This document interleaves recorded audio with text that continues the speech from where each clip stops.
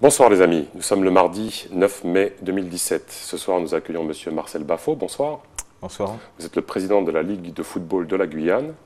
Effectivement. Première question, au cours de l'élection présidentielle, on a entendu parler d'économie, de terrorisme, de spatial, de ce qu'on veut, mais quasiment pas de sport. Êtes-vous déçu? Oui, très déçu, malheureusement. Et je l'ai dit également lors du mouvement qu'a connu la Guyane. Le sport a occupé également très peu de place. Bon, je pense que beaucoup de gens n'ont pas la lecture, que le sport n'est pas simplement un outil pour occuper la jeunesse ou un petit peu plus vieux, mais véritablement un outil qui peut être au service de la société. En tout cas, moi, j'y crois. Un outil de socialisation, etc. Tout à fait, tout à fait. Combien il y a de licenciés de football ici en Guyane? Nous avons terminé la saison 2015-2016 avec globalement 7500 licenciés, quand même. Soit une progression pratiquement, en tout cas depuis ma prise de présidence, de pratiquement 20%, puisque nous avons commencé à 4500 et quelques licenciés. En combien d'années cette progression, vous avez pu l'observer? J'ai pris mes fonctions en tant que président à partir de 2010. Nous avons mis en place une politique importante au niveau de ce qu'on appelle le football d'animation, la structuration et le développement. Quand vous regardez un petit peu la structuration de ce nombre de licenciés, vous avez une grande proportion qui relève de nos jeunes, football d'animation, et puis les 15 ans, les 16 ans et les 17 ans. Donc le bilan, globalement, vous en êtes satisfait de cette progression? Vous pensez atteindre quel chiffre? Mais, je l'ai dit, à l'heure actuelle, le football guyanais a des difficultés, je dirais, structurelles, puisque nous avons un manque d'infrastructures dans certains secteurs qui nous empêche véritablement d'atteindre notre développement. Alors c'est par commune, le manque d'infrastructures? Vous n'arrivez pas à travailler avec les élus? Ou les élus n'ont pas d'argent? C'est par commune. Quand je prends le secteur du Haut-Maroni, Maripasoula, Papaïchtan, là il y a un fort potentiel de licenciés. Nous avons justement un projet que nous allons commencer à mettre en œuvre dès cette année avec le principe du groupement. Quand je prends la commune de Grand-Santi, là aussi il manque des infrastructures. Quand je prends la commune de Saint-Jean-de-l'Époque, dans l'Est, il manque des infrastructures. Quand je vois qu'à Regina, il n'y a qu'un balbutiement au niveau du football. Donc là aussi, il y a des choses à mener. Non, je reste persuadé qu'avec le projet que nous avons, il y a un fort potentiel. Il y a un fort potentiel. Alors vous êtes le président, vous êtes en relation avec les instances nationales, la FFF certainement, ou l'UEFA, qui dispose de budget quand même pour aider les territoires. Vous n'en bénéficiez pas ici en Guyane? Alors pas obligatoirement l'UEFA, mais nous avons de bonnes relations avec la FFF.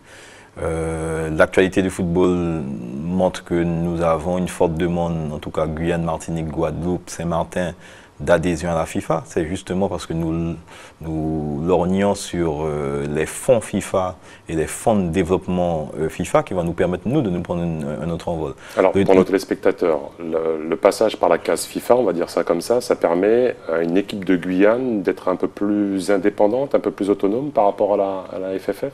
Alors, en tout cas, va permettre à notre région d'avoir beaucoup plus de moyens pour son développement.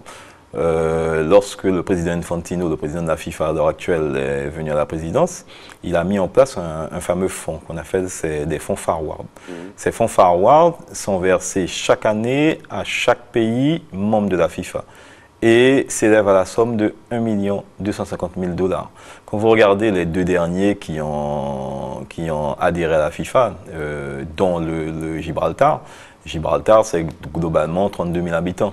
Donc vous imaginez Gibraltar qui chaque année va toucher 1 250 000 $.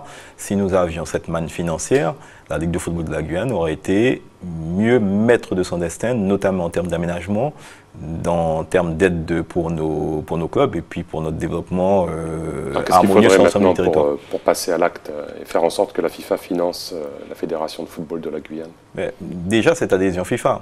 Le président actuel de la FIFA, c'était une promesse électorale, avait pensé donc à ces départements qui ne sont pas membres de la FIFA et à la volonté de nous intégrer. Alors, si on n'a pas la possibilité d'être intégré en tant que membre de plein droit, il proposait de créer un statut spécial pour nos départements en tant que membre associé. Mais simplement, depuis, nous avons un levé de bouclier de la FFF qui fait véritablement de la résistance pour cette adhésion FIFA. Alors que pour nous, le discours est clair.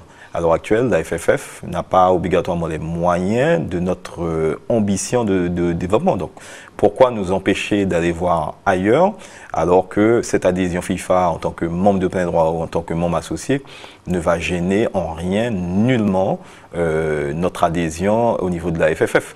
Il y a certains pays... C'est pas incompatible. Voilà, tout à fait. C'est quoi le budget de la Ligue de football de la Guyane ? À peu près. Globalement, on a un budget qui tourne autour de 600 000 à 800 000 euros, ce qui est très peu. D'accord. Au niveau, vous, en tant que président également, vous êtes en relation certainement avec tous les élus de la Guyane. Il y a une volonté politique derrière de vous accompagner ou, pareil, elle est freinée par justement ces freins structurels et ces freins financiers? Je pense que la Guyane traverse une difficulté. Pour être en relation directe avec la collectivité majeure, je pense qu'il y a une volonté. Maintenant, cette volonté, il faut l'organiser au niveau de l'ensemble des sports. Je ne presse pas uniquement pour ma paroisse.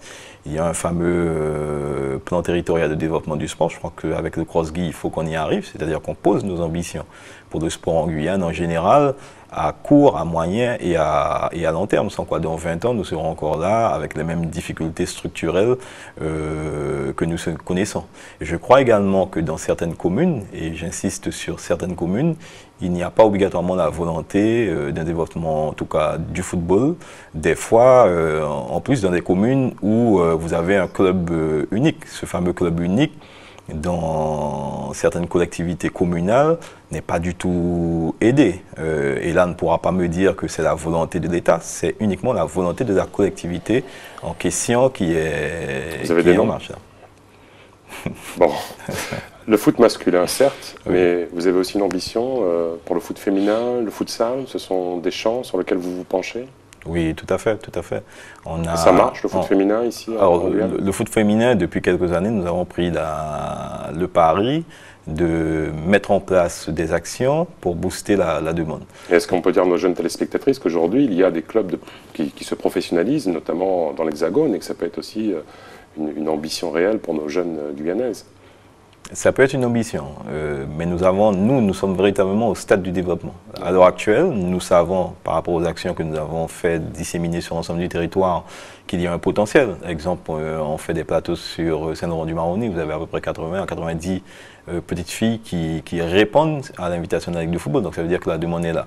Maintenant, il nous faut dépasser ce stade pour pouvoir capitaliser ces jeunes licenciées féminines, sachant que nos clubs sont déjà saturés et connaissant la difficulté que nous avons au niveau des infrastructures. Donc c'est une équation difficile. Monsieur Bafo, nous nous reverrons. En tout cas, ATV sera à vos côtés. Merci, parce que le sport, ce n'est pas uniquement l'acte physique, c'est aussi un vecteur de socialisation pour nos jeunes qui en ont besoin. Merci d'avoir participé à cette émission.